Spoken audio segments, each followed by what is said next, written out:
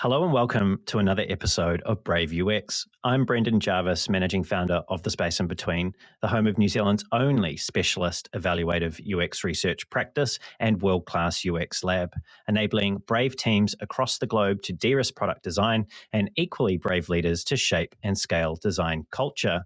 Here on Brave UX, though, it's my job to help you to put the pieces of the product puzzle together. I do that by unpacking the stories, learnings, and expert advice of world-class UX, design, and product management professionals. My guest today is Jodine Stodart. Jodine is the director of Fireside Consulting, the UX and design coaching, service design, regenerative design, and conscious leadership coaching practice that she founded in 2019. As someone who is inspired by the potential for design to help solve complex problems, Jodine is also the co-founder of the online UX community called UX Connect, through which she runs regular leadership retreats. Clearly a connector, Jodine was also the co-organizer of the UX Auckland meetup for over 5 years, passing on the baton in April of 2019. Prior to Fireside Consulting, Jodine was the Director of User Experience at Digital Arts Network in New Zealand, where she worked with key clients such as Auckland Council, Countdown Supermarkets, and Spark. She was also a Senior User Experience Consultant at Optimal Usability, then the leading New Zealand design research consultancy, which was sold to PricewaterhouseCoopers in 2014. As someone who is highly thought of in the local UX community, it's my pleasure to have Jodine here with me today to share her perspectives with our global Brave UX community. Jodine, welcome to the show. Thanks, Brendan. Nice to be here. It's great to have you here. This is a chat that's been a few months in the making. And like I mentioned, you are someone who's really respected in the local community here. And as soon as I put out a call for guests for the show, there were so many wonderful people that I know that had put your name forward. So it's really great to have you. Now, I did notice when I was researching for today that you have many creative aspects to who you are, and they extend past design. And in particular, one of the realms that your creativity extends into is the musical realm. And I understand in certain circles you're known by another name, DJ Chikka. Who or what is DJ Chikka? DJ Chikka. Chikka. There I go. I should have checked that with you first. That's okay, because the way I spell it, it often gets misspelled or mispronounced, but that's okay. Yeah, DJ Chikka is a bit of a persona that has been created over a number of years. I started DJing in 2011, just after I returned to New Zealand after some time away and working in Melbourne. And it just keeps going. It just keeps going strong for some reason. People just respond really well to my music selections, and that just seems to hold fast. Yeah. Now, I understand that part of what you do is you produce music for what's called ecstatic dance. What is that? Did I get that right? What is ecstatic dance? Good question. So I guess I'd first make the distinction that, I'm learning how to produce music at the moment, and producing music is quite different from DJing. So I mostly select other people's music. But for ecstatic dance, it's kind of like a sober rave, it's an environment where people can come, and it's not a club, like a lot of people want to dance, but they don't want to go to some club, it's not, humans love to move their bodies to music, but often the context isn't what they want to participate in. So ecstatic dance really offers the community an opportunity to have an experience that is, I guess, intentionally designed. So the ecstatic dance is just not like, floor to the floor house music, bashing out techno or drum and bass, the whole time. It's very different. It's crafted to be a journey, is what we call it. So it deliberately has a start, a middle, and a close. So ecstatic, is a funny word, but really what it describes is just that peak moment, that's designed into the series of tracks where everyone feels quite elated, naturally high, if you will, of movement and dancing and sharing experience together. So that's how I would describe it. I'm getting some insight into, and we don't know each other well at all, right? We've just met, but I'm getting some insight into how your skills in coaching and in design are quite complementary to what you've described there about the sort of movement of the journey that you take people on through ecstatic dance and the music that you're selecting. I understand that during lockdown in particular, you were involved in an initiative that seemed to me, looking from the outside in anyway, that it was an ecstatic dance kind of initiative called Frockdowns. What were the Frockdowns? And I'm not sure if they're still going now that we're no longer in lockdowns, but what were they? Tell us about them. This is great. You've really done your homework, Brendan.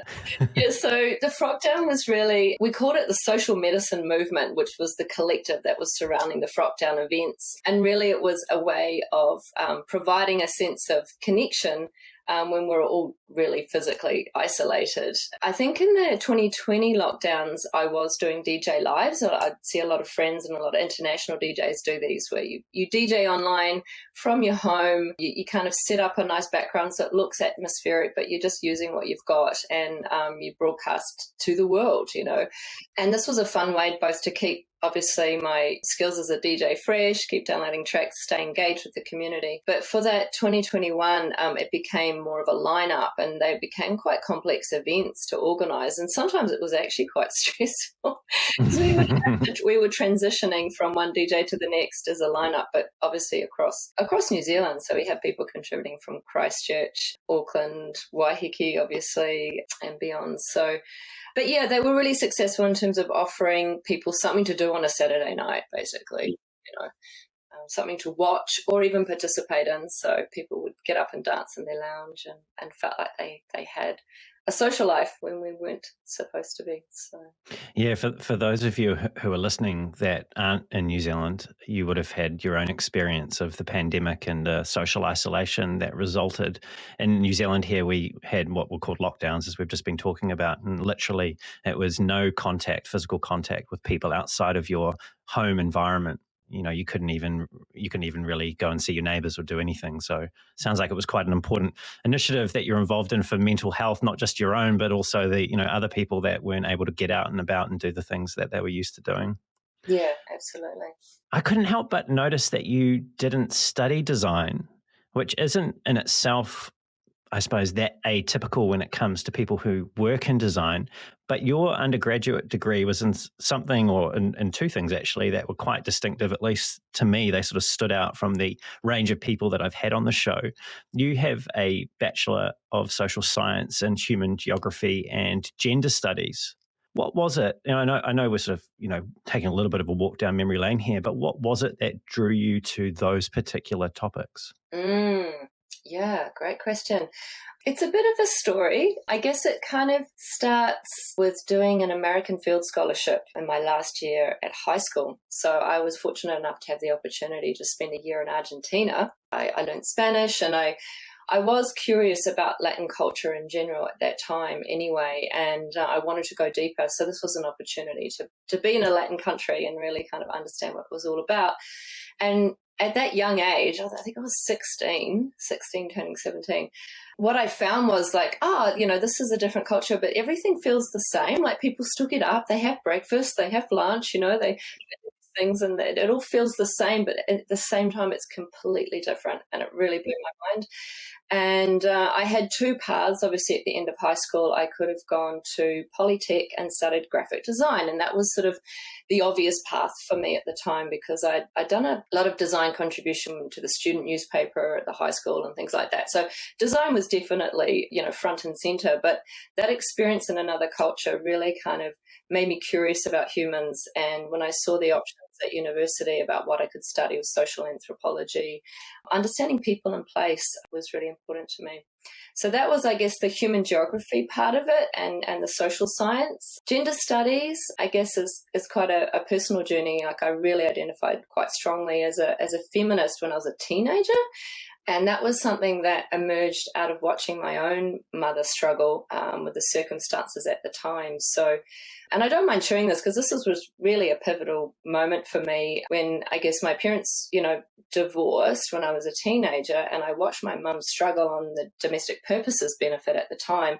with 3 kids, and it really transformed our whole economic situation and the options available to us, obviously. And then I remember with what happened with the government at the time is that those benefits got further rolled back, and I saw the impact that had on my mum, and I was just like, I will never want to put myself in that position of having to rely on, government support and really seeing, what happens in a woman's life when you're dependent on either a provider or the government as a provider or your husband as a provider. So that really, I think, caused this shift to really focus on women's rights and feminism. And that was really strong in my early years at university as well. So was this Ruth Richardson and the mother of all budgets that you're referring to in terms of the cuts to benefits? Yeah. I remember that time as well. I grew up in a solo parent household with my mum in a similar circumstance. So I've also had firsthand front row seat to what that was like, and feel very passionately about gender equality and income equality. Certainly an area, I suppose, gender studies at the moment, which is of huge interest globally, and I imagine it has grown a lot, the field, in terms of gender as a spectrum now, which wasn't possibly so much on the forefront of the agenda then. But how have these experiences, your experience seeing your mum, your subsequent studies, how have they flown through the things that stood out to you from those experiences into the way in which you've practiced design, and potentially even the way in which you're now coaching other designers to improve their practice and improve their world? Absolutely. Well, I guess my interest in design is that it is a powerful way to create impact on the world, and coaching designers, people that are in a position to make change. And I do coach a lot of women as well. So not exclusively, but it does tend to be, the people that reach out to me are women that have an interest in, growing their skills and leadership and growing their influence. So, and it's a real privilege to be able to support women in tech. I think it's incredibly important that they get that extra boost to have the confidence to put themselves forward for further roles of influence, and to know how to respond to the environment around them with that kind of confidence in themselves. So. Is this something, given that you've worked almost entirely either in a consulting freelance capacity or through, I suppose, design agencies, through an external consulting design capacity, is this something that you have experienced, this coaching, as being particularly strong in that area of our industry? I guess, sorry, just to clarify that question. So you're wanting to understand, was coaching present in, in an agency style role in the environment? Yeah, because looking from the outside in at your career path, you obviously got to a very senior level at Digital Arts Network, which is one of New Zealand's, I suppose, premier UX consultancies. Mm-hmm. They, obviously do more than that, but that is one of their key strengths.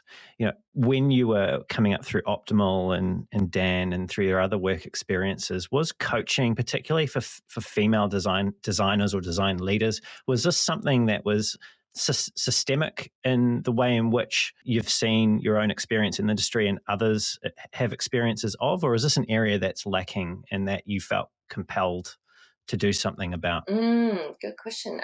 I would say that coaching is just a way that I respond to my environment and the way I support people around me. And what I realized is it was very natural. And that's how I ended up in a coaching business for myself. And of course, I often mentored other designers and researchers, and I've done a lot of teaching, user testing, usability testing. It just seems to be a natural fit for me personally. I wouldn't say that it's always present in the industry itself, but I think that it's growing. I think because there are a lot of people that are wanting to get into UX. It's a very popular field now. People are wanting those opportunities to grow their skills and capability. And so it's becoming more popular, but I wouldn't say that it was always, something that was there. I just want to rewind the clock a little bit before we move deeper into helping organizations build UX capability to an experience that you had, or a couple of experiences actually, after you moved to Australia. So you mentioned you came back from Australia in 2011. I understand that probably quite soon after you moved over there, you had a couple of experiences, one of which was being one of 20 people selected to visit India as part of the Oxfam Community Leadership Program. But it's the second one that I wanted to speak to you about, which was you spent 3 months in Belize, which is in Central South America. Yeah. Yeah. And you were volunteering for a foundation called the Cornerstone Foundation. And you described this, and I'll just quote you now, you described this as my most cherished, culturally rich and challenging learning experience. So we've already talked about where is Belize, Central America, but what was it that made your time there so memorable? I guess the depth that you go into when you're living in the community that you're working within. So the Cornerstone Foundation, it does an amazing job of getting volunteers that are living in the foundation itself. So it's kind of not a lot of separation, you were deeply immersed in the context, and they were really wonderful in terms of trying to meet each volunteer's desires for what they actually wanted to do in the community. And there was so much. I mean, obviously there was a lot of different programs and things that needed support. And so I got to choose, I got to do support women in business, support youth in schools, record some natural healers in the jungle, so it was quite a diverse range of projects that I got involved in, and I think that's what really made it memorable for me. And you returned to Central Latin America, I suppose, more broadly speaking. You mentioned that during your last year of high school, you had that time over there, you learned to speak Spanish. I was actually curious about Belize and had a look at its national languages, and apparently English is number one. It's the official language, but Spanish is pretty far up there in terms of it's widely spoken in Belize. How important was understanding Spanish and having some exposure to Latin culture previously to your ability to connect with the people that you were working with over there in that capacity?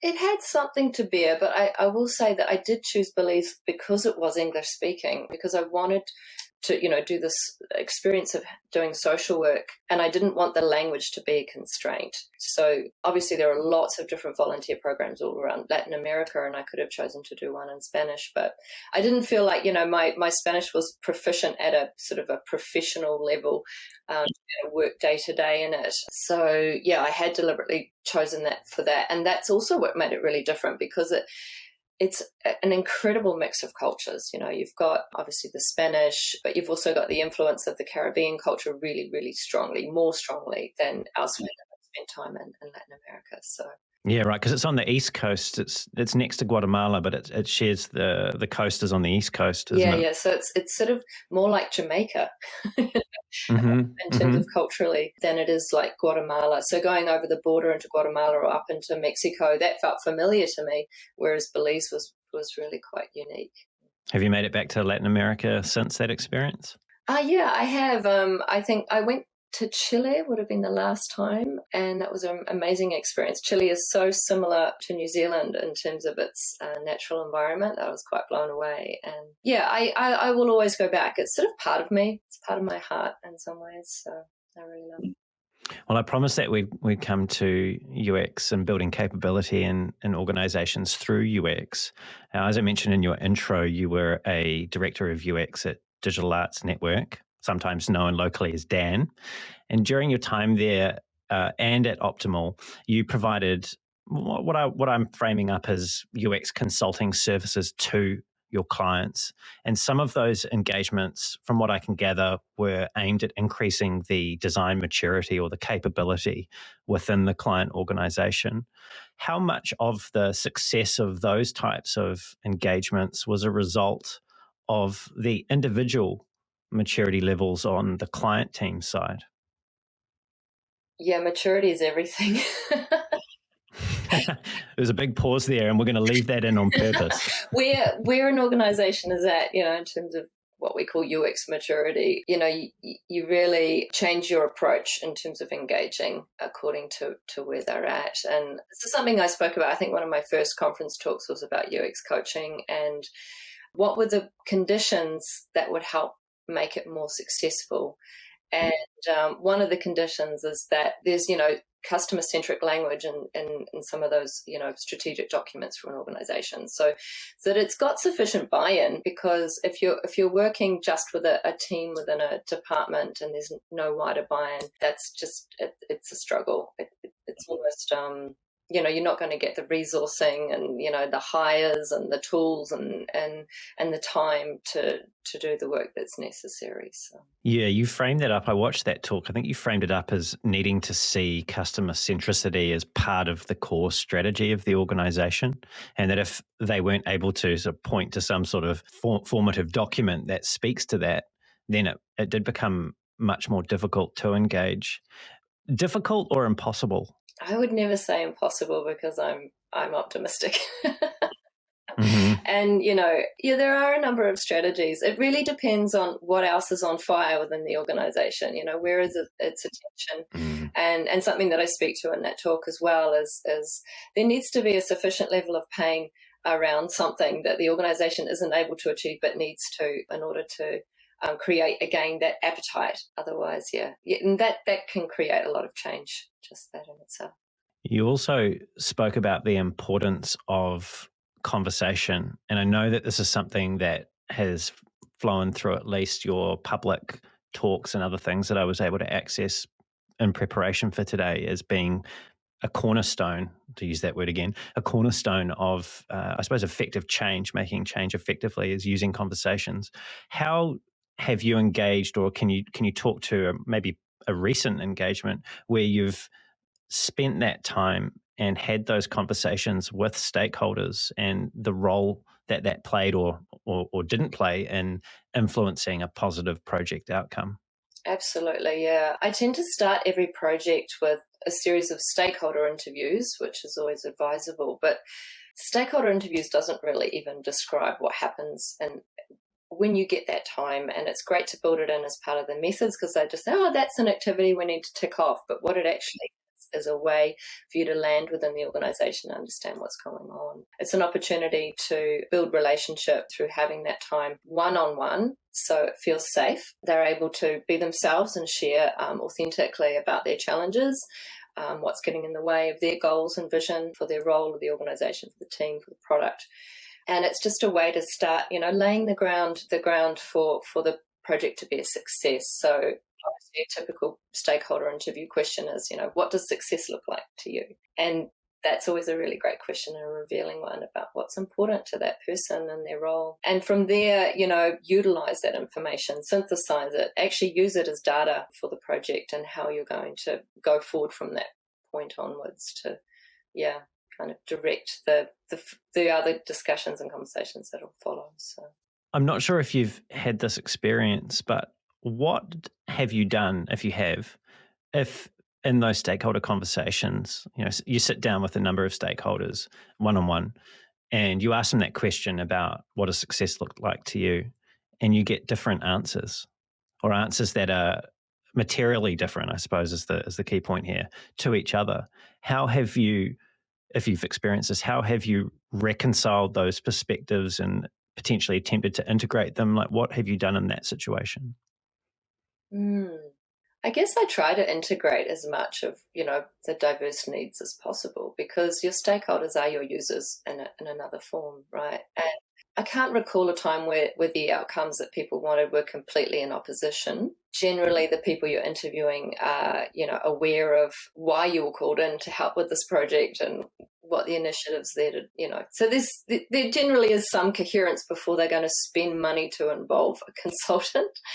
So you don't get blank stares. Who are you again? What are you here for? Yeah. So I guess, surprising. Sometimes that can happen if you stretch out beyond the sort of an immediate project team and you get to different people, and you can identify internal conflict, and that can be really tricky. I guess another example of that would be when I'm doing a service design project and it involves, a leadership team that have different views across different departments. The way I tend to bring them together and into alignment is, obviously we do a lot of workshops around what they know, and we get them to kind of discuss it amongst themselves and facilitate them to have productive conversations around it, and around an external artefact that's quite neutral, and we can identify any kind of differences of experience or view or understanding. And then when that's identified, we can go out and do research and actually, see what's actually going on under the hood. And that could be research internally, like what's happening with this process in this area, or externally, what's happening with the actual customer need and their experience. And then playing that back does tend to unite everybody, because it's this outside-in kind of perspective, and it's directly from the customer's voice, and it becomes very difficult to negate that when you have evidence. So that's, I guess, how I tend to kind of even out any tensions, is just through the process and the journey of the project. Yeah, that makes a lot of sense. And it also, I suppose, maintains the sanctity of that stakeholder interview or interview series, where you're not necessarily taking directly threads that you might hear of any dissonance or differences of opinion in that context. You're actually bringing them together in a workshop setting and externalizing, through the use of the artifact or artifacts that you spoke of, and helping them come to those agreements or realizations as a group. That makes a lot of sense. Now, you mentioned research and moving into gathering evidence to either, I suppose, prove or disprove people's beliefs or hypotheses about what the current state looks like and where they might need to go. And reference this again, coming back to 2015 now, so it was some time ago when this talk was delivered. You said, and I'll quote you again, you want to get them in front of users as fast as possible. So 7 years on, do you still feel the same way? Yeah, I'd have to say yes. I mean, if I think about a project I did last year, and where I had the opportunity to interview principals from around New Zealand, that was really very interesting. And then play those interviews back to the organisation that was supporting them, and it just blew their mind. It always does. It's kind of like the fail-safe way of really uniting people into action. They're like, oh gosh, wow, they really have a lot of pain at that part of the process. Wow, we really have to do something. So, yeah. And when it comes to working with a client team who has a appetite or a desire to be hands-on involved in the design work and the research that goes into that, how do you help people who are maybe inexperienced, have never done it before, potentially, and sat down and had a conversation with a customer or a user of their product or service? How do you help them to reach a level of comfort where they can be effective in that context? Yeah, I've done a lot of that. I've been supporting a software company here for the last couple of years, and they had no design practice whatsoever, let alone research, and kind of pulled together a team of people that had zero experience. And I was like, great, this is going to be interesting. How do I get it? Blank canvas. Yeah, totally blank canvas. And yeah, I kind of always balance it with a mixture of theory and practice, right? So the sooner I can get them, I get them practicing interviews amongst themselves after first teaching them, about the theory around doing interviews and things to be mindful of. And then, so practicing amongst themselves in a safe environment. And then I will, they'll ride shotgun with me in a few interviews and watch me do it. And then I'm like, okay, you can take this last one, have a go. And then I'll give them feedback. So yeah, it's just a gradual process. I'm not going to drop anyone in the deep end, because that freaks people out, right? When they go too far outside their comfort zone and they feel really put on the spot. You certainly do have that gradual approach. And I definitely agree that if you just drop people into the deep end straight away, it can actually be detrimental overall to how they feel about what they're trying to do. And also it can be just an awkward thing to watch and experience as well. So that makes a lot of sense.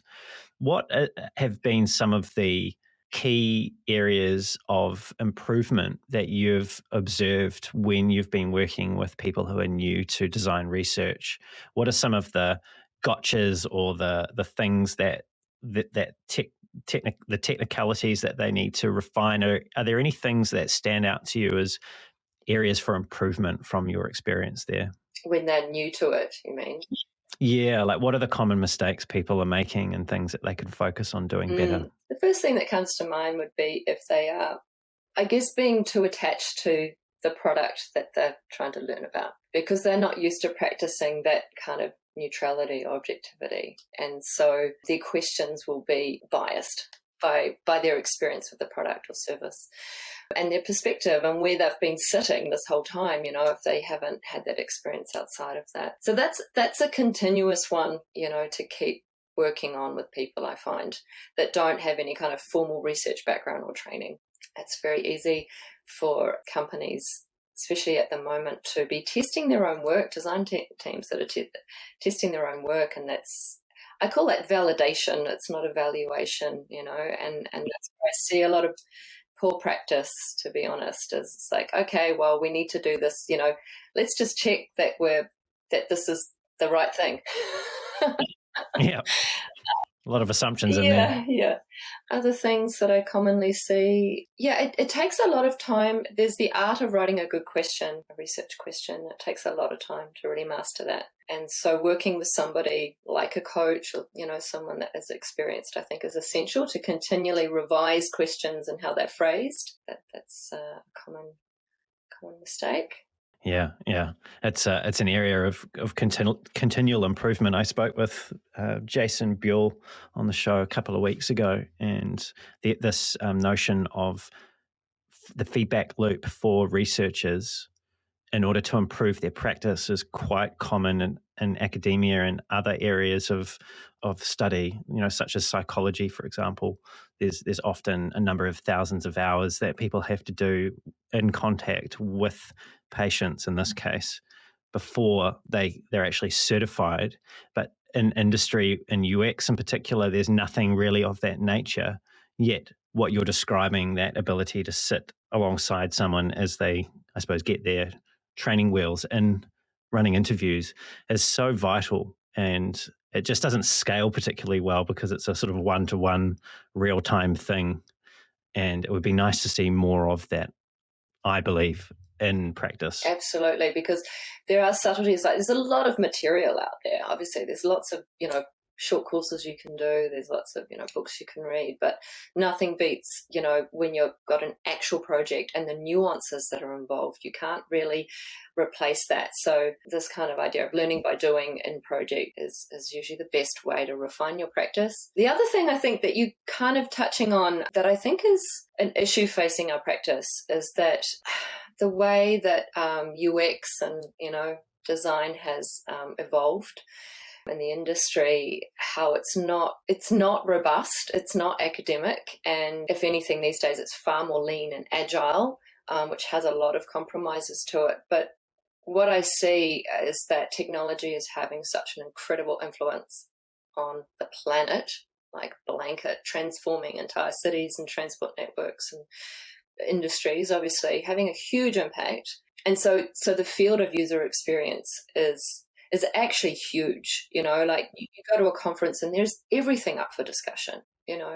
It's not just about, research practice and the smaller parts of it. And I feel like the field does need to perhaps be maybe a little bit more formalized. Maybe there needs to be more, especially around ethics of research, ethics of design. I mean, we talk a lot about it, but there isn't really, as you say, there's no kind of formal body of, checking in and having peer review. And I think that would be really useful because it is scaling its impact and its influence massively.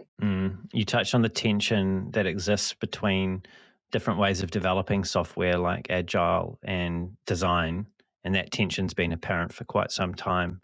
And I suppose the trade-offs that get made. But I can't help think to myself that it's still a garbage in, garbage out equation, and that you can still operate efficiently, but you do need those guardrails or those best practices or that basic hygiene behind what it is you're trying to achieve in order to ensure that you get fidelity of your findings and that it's actually useful.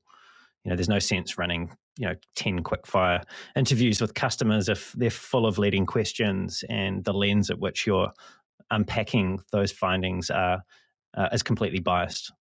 So I agree that having some perspective or some distance and some more rigor would definitely be beneficial.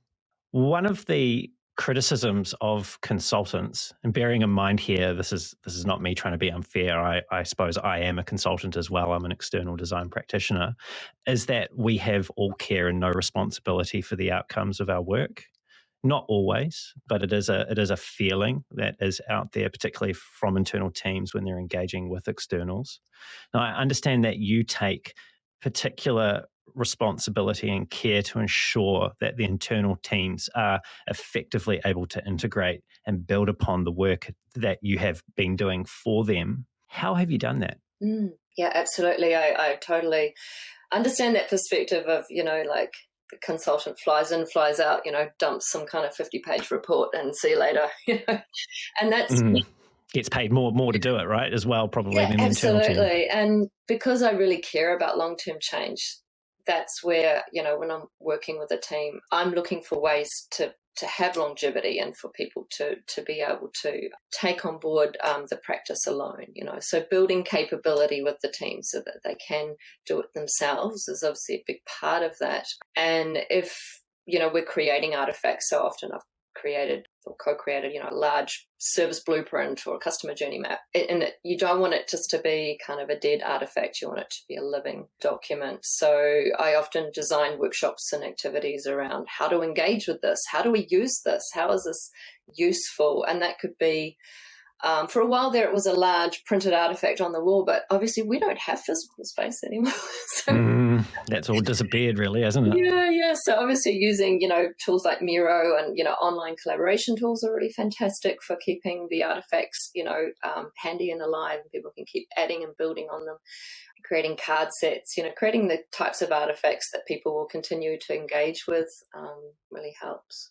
Now, you touched on a project which I discovered of yours where you did create this massive customer journey map. Now, I believe it was a few years ago when you were working with the then director of CX at Digital Arts Network in Melbourne. What cast your mind back to that time? What was the problem that you were trying to solve there for that client?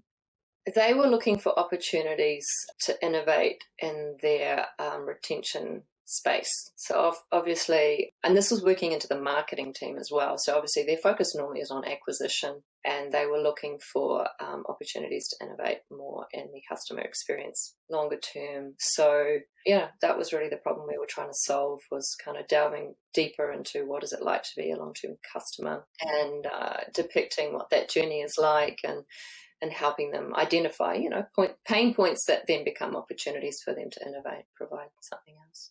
Now, maybe this is a little quaint, considering, as we've talked about, we no longer have physical spaces anymore, so everything's on a mural or a Miro board. Yeah. But just how big was this customer journey at the end of it, this map that you created?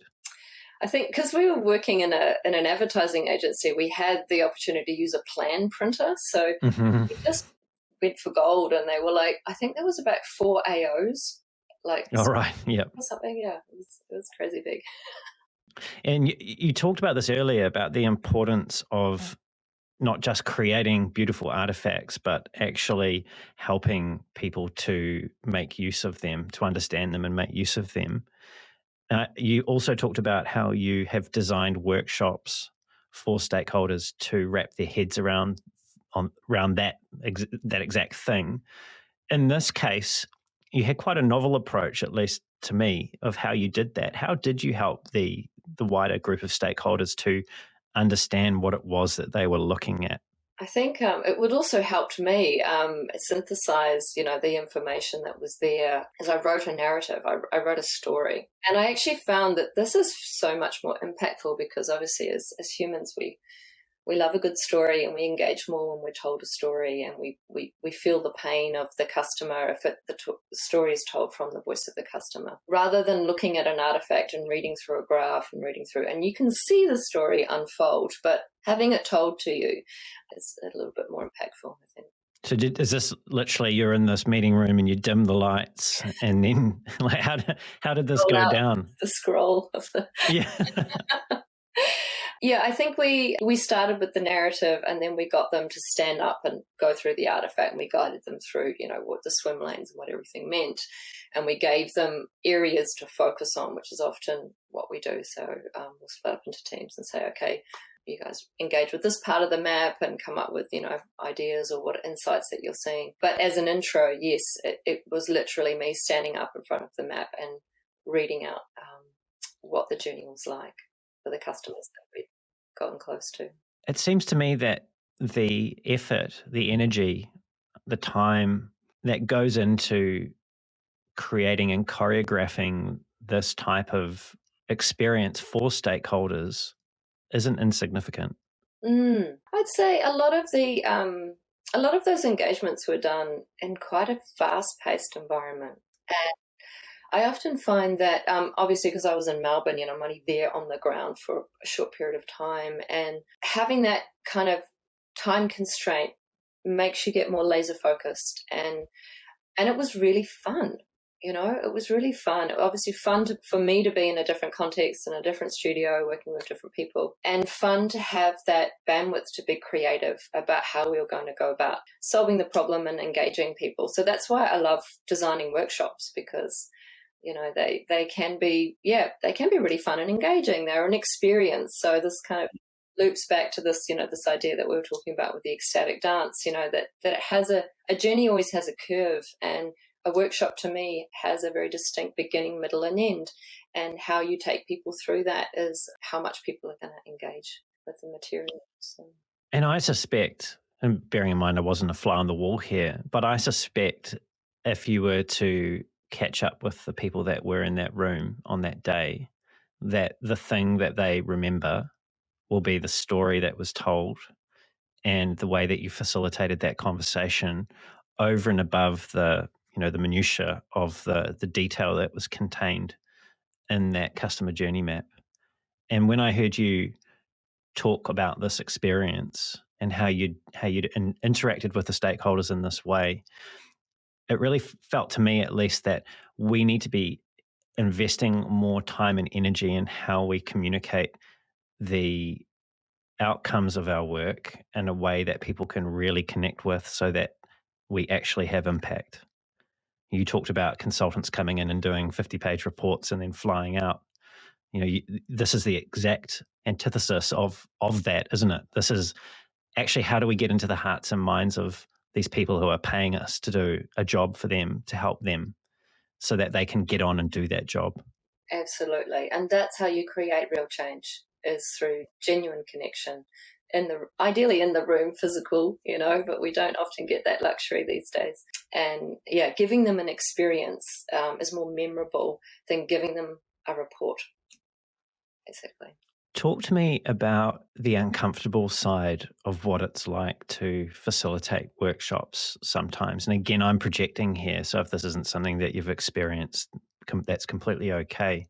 But what way or ways do you manage or mitigate resistance from people to participate, to engage in the workshop or in conversation around a specific topic that you're there to help people to understand, or to a problem to solve? How do you do that dance as the facilitator and try and bring them into the fold? I think this is something that practitioners are often fearful of. Mm-hmm. So people that aren't experienced in facilitating workshops, their biggest fear is that there's going to be somebody or several people in the room that are going to be resistant to participating, especially when you're talking about a senior leadership team. Mm-hmm. These are busy people, better things to do, why? Mm-hmm. Yeah. Checking their phones while you're trying to lead the workshop, that kind of thing. Exactly. And look, my philosophy is, if they're resistant in the workshop, you've already missed an opportunity to engage them.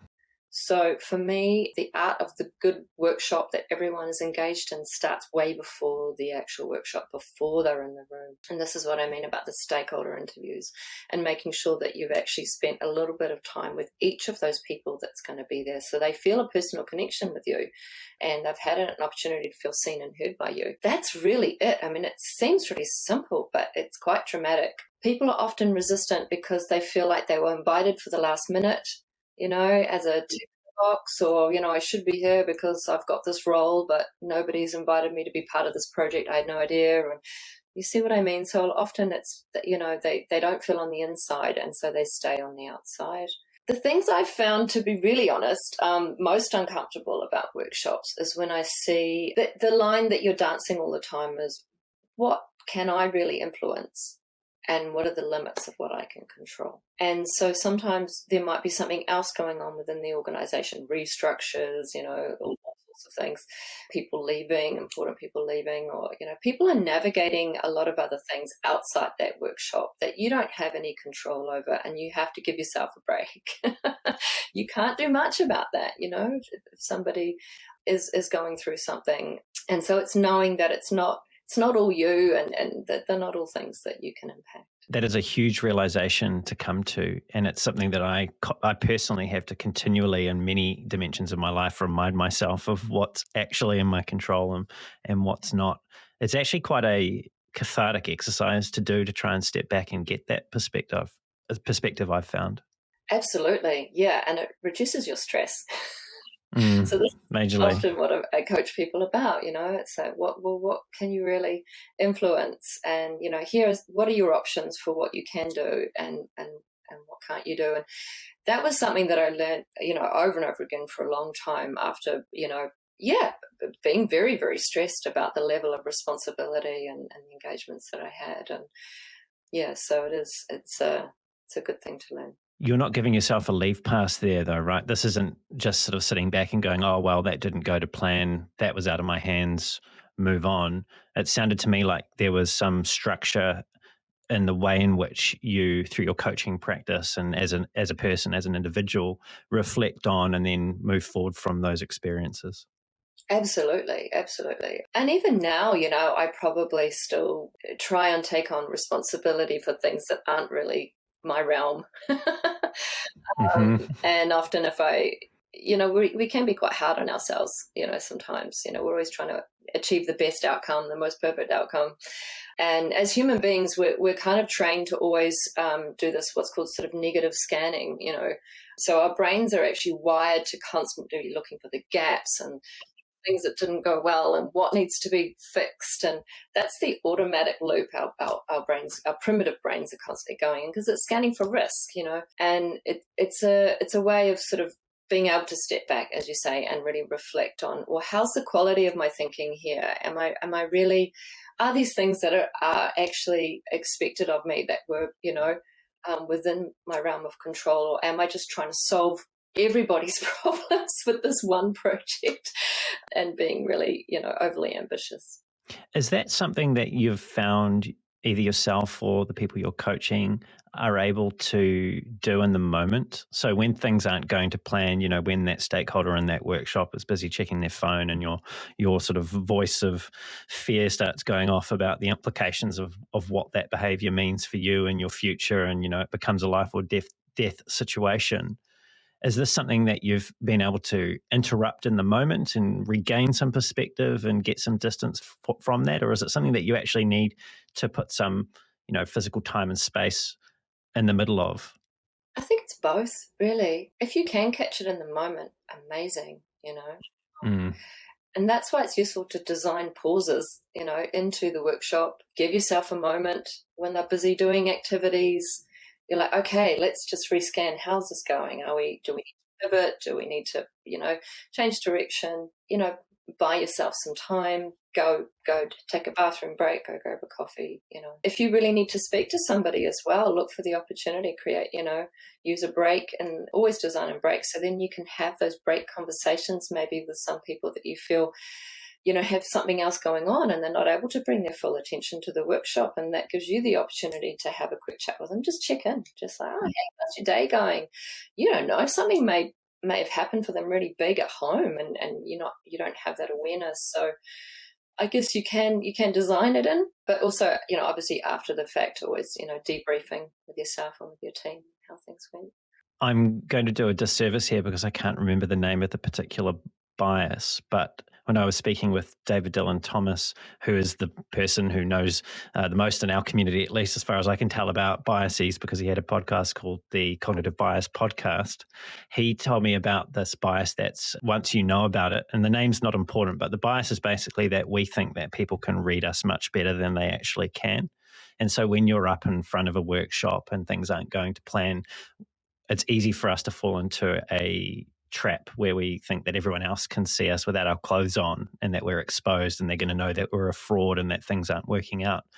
But that's not the case. People don't have, they don't have X-ray vision into our hearts and minds and our souls. So it's actually quite comforting when you know that. That's one of those little triggers I've used in the past, at least, where things aren't going to plan, to get some composure back and to realize that I can choreograph this dance and I'm still in control. And I love what you said there about using breaks and, maybe then tangentially approaching someone to check in with them to see what's going on for them, because that same principle or that bias applies to other people, as we don't know what's going on for them.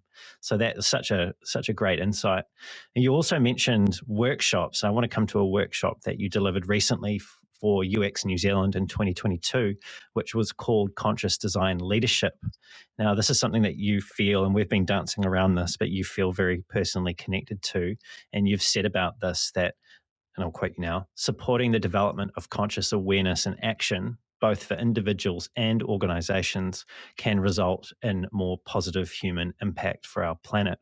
What led you to believe this? What was it that you experienced? Maybe it was a combination of things, but what led you to believe this? I guess it's just been part of the journey I've been on, and really to offer some insight in terms of that workshop and how it came together.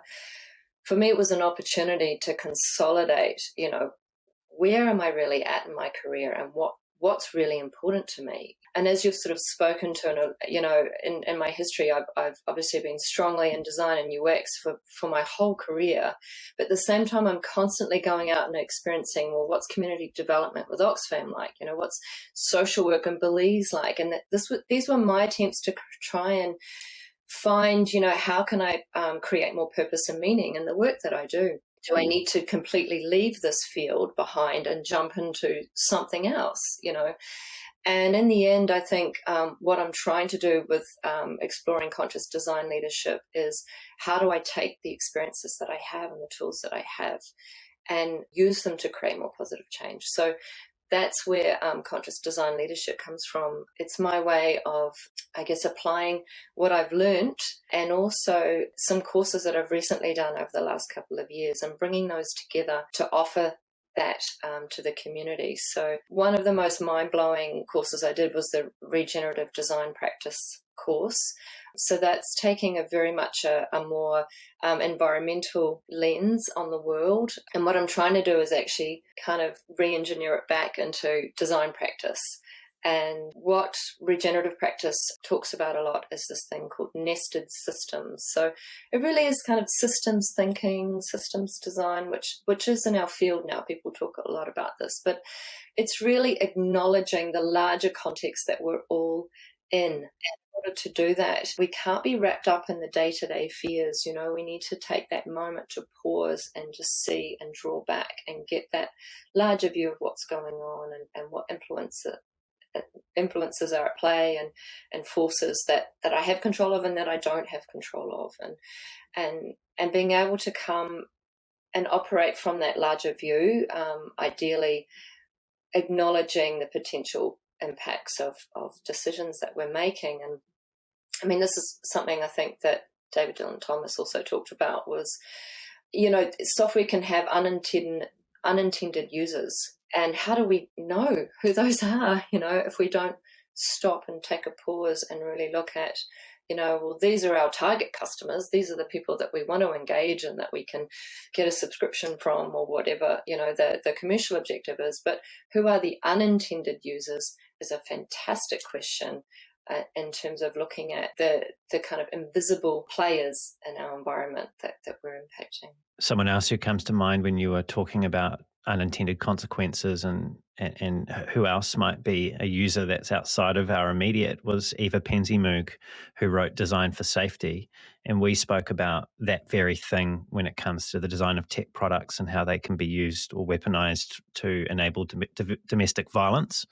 And it's a often bias that we have in design, that we focus very heavily on the happy path and we don't spend a lot of time thinking about the alternate and perhaps less happy paths that our products or our services or our experiences can lead to. So that makes a lot of sense. You've obviously been trying to bring some higher level perspective sort of down into the trenches of design leadership in terms of product and service design leadership from other experiences that you've had and courses that you've been on. How does what you're working on in terms of conscious leadership, how does that differ to regular, everyday, status quo design leadership? What are the key areas of difference between those two? Really, I think it's a way of really just shining the light on leadership itself requires awareness. Calling it conscious design leadership is just a way to shine the spotlight a bit more on your intention as a leader and the practices that you're using to keep yourself honest and keep growing as a leader, to not take advantage of the authority that you've been given. But you could just call it, leadership, good leadership, great leadership. That leadership is such a complex thing, and it's something that we really need at the moment is leaders that can deal with complexity. Obviously, our environment is getting more and more complex. The demands on leaders are getting, more complex. It's not enough just to have authority and tell people what to do, especially in the next generation of designers and researchers. They don't respond to command and control. What I notice is they do, that way of leading is, it's designed for a certain context. I'm not saying it's outdated. It is needed sometimes in times of crisis. Decisions need to be made quickly and people need direction. But more and more, I take a very much a developmental model where I believe that we're on a trajectory of constantly responding to these changes and constantly growing these skills to deal with it and to create environments where everyone feels like they're equally participating and that they have a voice. And I see it around me all the time, people that are, in these different organizations that have different ways of leading and different ways of operating and what that means for the type of work that people are able to do and the level of joy and happiness that they have and showing up for work as well. This is quite timely. I was on the way back from Matakana on the weekend, which I was very fortunate to get out of Auckland and have some nice food up there. But I was listening to an audio book by a coach, actually. He's an executive coach called Marshall Goldsmith, and he wrote a book called What Got You Here Won't Get You There. And it's almost like what you're talking about is echoing, or maybe he's echoing you, this idea of how people can be quite successful using a particular style in their careers, but often all of us have our blinders on and are woefully unaware of the behaviors that we are playing out that other people, because of our position of status and authority in the organization, are interpreting in ways that we otherwise wouldn't intend. So he gave an example of a CEO that would give design feedback, and the design team would then go and implement that feedback because they took it as an order, where he was just thinking that he was just offering up some thoughts. But it's almost like this: the conscious nature of what you're talking about is very much, like you said, I think you used the term shining a light on what it is that we're doing as leaders and actually getting some evidence and perspective to support our current performance. At least that's my interpretation of what you're talking about. Yeah, exactly. And that classic book, What Got You Here Won't Get You There, that definitely is a part of my philosophy. So, and we see this a lot in design and UX practice, is that people that have been really on top of their game with their practice, the doing, what I call the doing, it's the moving from doing to leading and being rewarded kind of as now you're a manager. I feel rewarded for all those projects that I delivered well and all the impact that I created. And if you need to sort of, when you're moving into leadership, it's not actually about you anymore. The irony is that even though you've been gifted this authority and this visibility and this influence, it needs to stop being about you being the hero and achieving and seeking further reward, and more about the team that you're supporting and how can you enable them. And that's the switch that a lot of people struggle with, because they're like, they also don't delegate because they're trying to solve all the problems, when really now you have a leadership position, you need to use strategy and different ways of working in relationships to help facilitate those problems to be solved, and not muck in and get into the detail and think, oh, well, I could do that better. And, so yeah, it is an important shift. Nothing kills the enthusiasm of a team more than a leader or a manager rolling up and getting their sleeves dirty in advance of the team itself. I want to come back to something that you mentioned earlier, Jodine, which was you take a developmental approach. Now, I understand that the field of adult developmental psychology has played quite an important role in shaping your thinking around conscious design leadership. That wasn't something that I was familiar with, and I'm assuming, unless I'm the only person on the planet, that others won't be as well.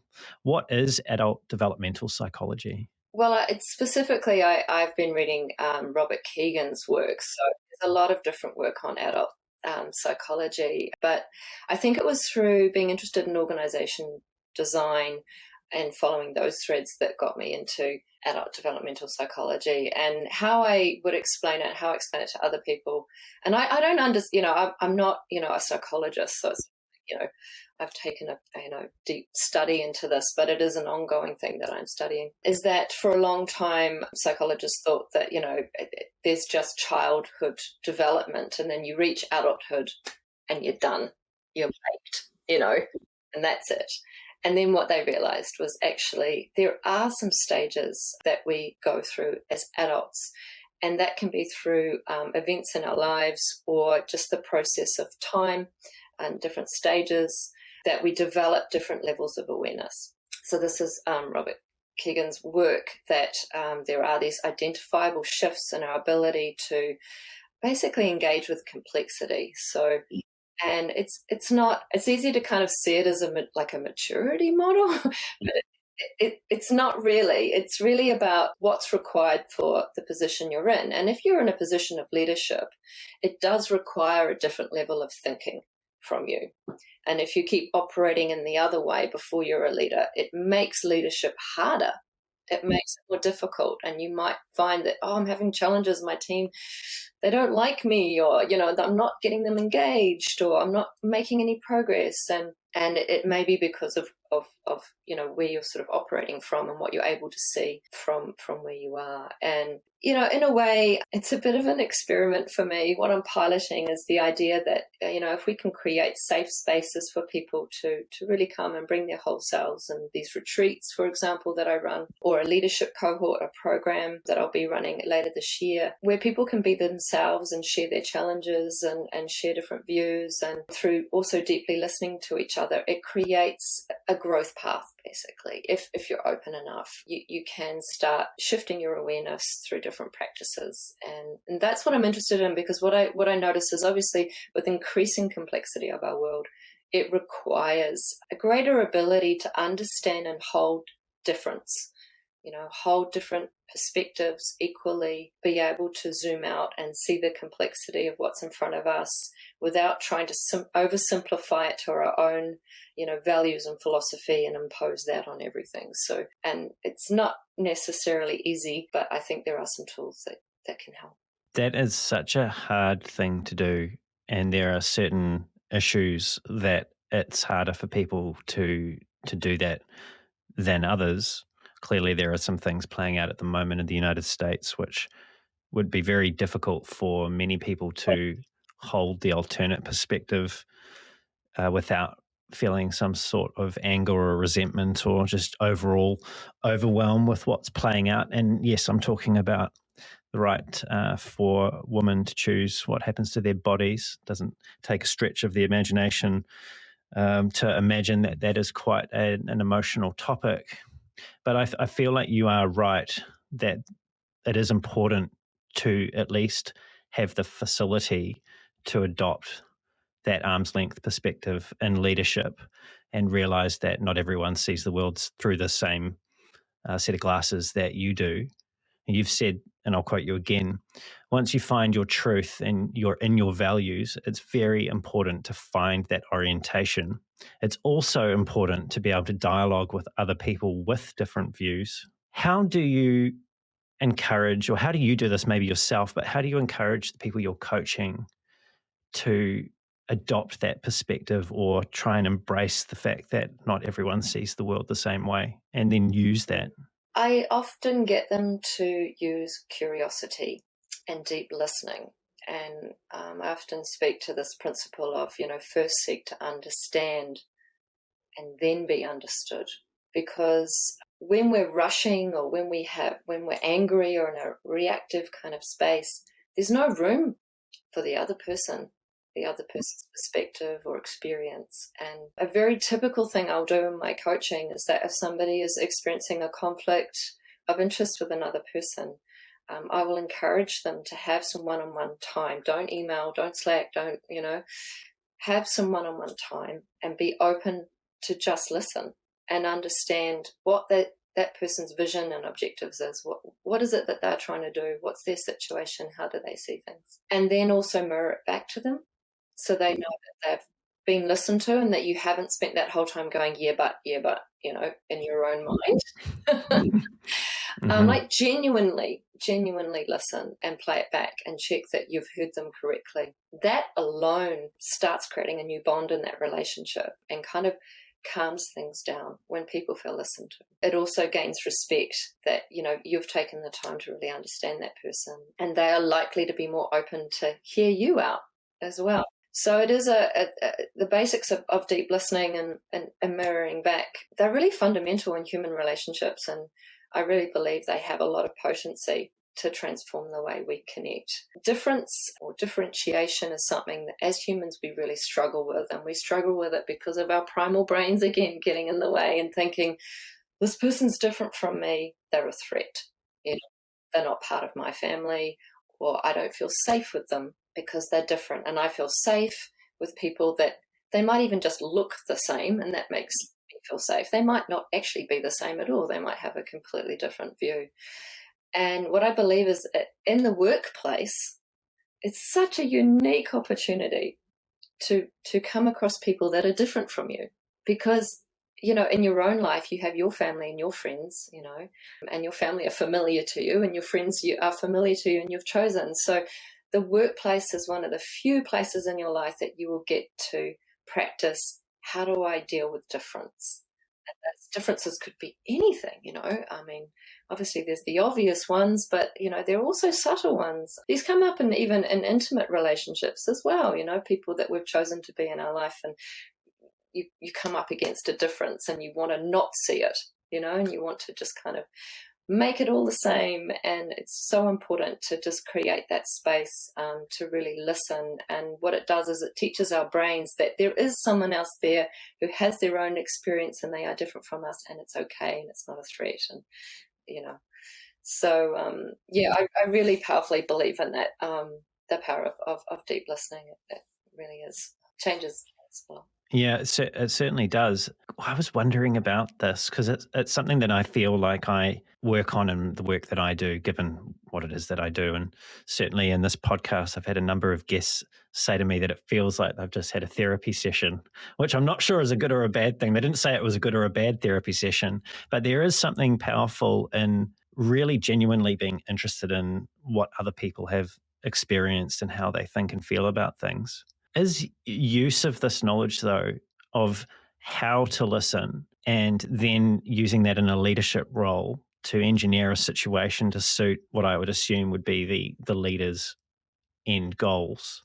Is this leadership, or is this walking a line between leadership and manipulation? Well, again, it depends on your intention. So, and this is where I come back to, values and what it is that you are trying to achieve as a person. Of course, you can have an intention that's quite self-serving, and you can employ any kind of tool. If that's your intention, that's, what the result is going to be. Yeah, that's why I start with the individual. So I talk about in the conscious leadership program, I talk a lot about the 3 lines of work. And the first line of work is with self. You've first got to understand yourself and understand where you are and what you're about, and who your ancestors were and what they were about and how that informs who you are. And it's quite a deep inquiry, but you need to kind of do that work before you can then go out and look at, well, what things am I influencing and impacting. That is a confronting space to find yourself in. I did a leadership retreat. It was more like a series of residentials when I was 18, called the Future Leaders Program. I'm not sure if I'm now currently a leader. It's sort of, I think that's up for debate, but that was some time ago. This is going back 18 years or so. And that program started with self. And I think we spent the first 6 or 9 months out of the 18 months on self, journaling, inquiry, conversation with others about ourselves from memory. So yeah, it's one of those uncomfortable spaces that we very rarely give ourselves, and I'm generalizing here, but enough time these days. I feel like we're so busy a lot of the time that the kind of retreats and that you facilitate, and these opportunities that we have to actually step back and dive into some of these things at depth, particularly when it comes to our own self, is just such a vital thing to do, and can really help you to be a better human and also be more effective when you're working with helping other humans to achieve what they want to achieve. Absolutely. Yeah, I think these spaces are becoming more and more important. The ability to carve off a few moments for yourself to do those practices like journaling and whatever it might be, whatever suits the individual. I'm not going to be prescriptive about, you must do, half an hour of yoga and half an hour of meditation every morning. Feels like homework, right? Yeah. Work it into your life. Everyone is so different, and yes, things are hectic. And I guess what I would say though is that the outcomes are greater enjoyment, less stress, and those are things that people want and that I don't believe can be achieved by continually just rushing around and responding to the needs that are around you. You need to take some time to reorientate. Jodine, you've been in the trenches of design for over 2 decades, and you're actively helping designers to improve their practice through what you've done with the coaching business that you've set up. When your back's been against the wall, when things haven't been going your way, when you've been working through that inevitable resistance that comes up for all of us, what's the story that you fall back on? What's the thing that you tell yourself? What's that message that helps you get through those challenging situations? I'm not sure if it's a message because, I use different kind of, I guess, mantras at different times when needed to motivate and to focus, etc. But I will say that there is somehow this inherent drive within me to make things happen. And that tends to keep me going and give me momentum. And that tends to be independent of what's going on around me. When things get really sticky and tricky, and they often do for me in the past, I've been known to take on the really tricky projects, or was given the ones that were really unknown and ambiguous, and I'd be like, yes. Run to the fire. Let's go on this adventure, because I always think if you take on the things that are different and quirky, you're gonna develop yourself in interesting ways, and you're gonna develop skills that maybe other people don't have the opportunity to if they're going to play it safe. And there's nothing wrong with playing it safe either. It's just in terms of how I've been shaped in my life, I tend to want variety and newness. And I guess regardless of the difficulties, I would say maybe one of my biggest drives is just growth. It's going to change me. I'm going to get the learnings, and that's motivational. Jodine, I've really enjoyed our conversation about design and getting into conscious leadership with you today. Thank you for sharing your stories and your insights with me. Oh, it was a pleasure, Brendan. It's interesting to be on the other side of things and being asked the interesting questions, and which help me crystallize my own perspective. So it's been really useful and interesting for me too. Well, you've certainly given me some things to think about over lunch, that's for sure. Jodine, if people want to find out more about you and about Fireside Consulting, what's the best way for them to do that? Well, head to my website, firesideconsulting.biz. From there, you can book a time to chat with me if you're interested in coaching. I just do a free little chat to kind of understand what your needs are. You can also join UX Connect, which is an online community, happens monthly. And you can also register your interest in the retreats or the leadership programs. So, love to hear from you, even just to say hi. Great. Well, I'll make sure that I post those links in the show notes. Jodine, thank you. And to everyone that's tuned in, it's been great having you here as well. As I mentioned, we'll be linking to all of those great resources in the show notes, including where you can find Jodine, and there'll be detailed chapters of our conversation as well on YouTube, so you can hop specifically to any area that has been of particular interest to you. If you've enjoyed the show and you want to hear more great conversations like this with world-class leaders in UX design and product management, don't forget to leave the podcast a review, subscribe as well, so it turns up weekly in your podcast app, and also pass the show along to someone else who you feel would get some value out of these conversations about design and product at depth. If you want to reach out to me, you can find me on LinkedIn. Just LinkedIn, search me, Brendan Jarvis, it should turn up. Or you can find a link at the bottom of the show notes to my LinkedIn profile, so you can get to me that way. Or head on over to thespaceinbetween.co.nz. That's thespaceinbetween.co.nz. And until next time, keep being brave.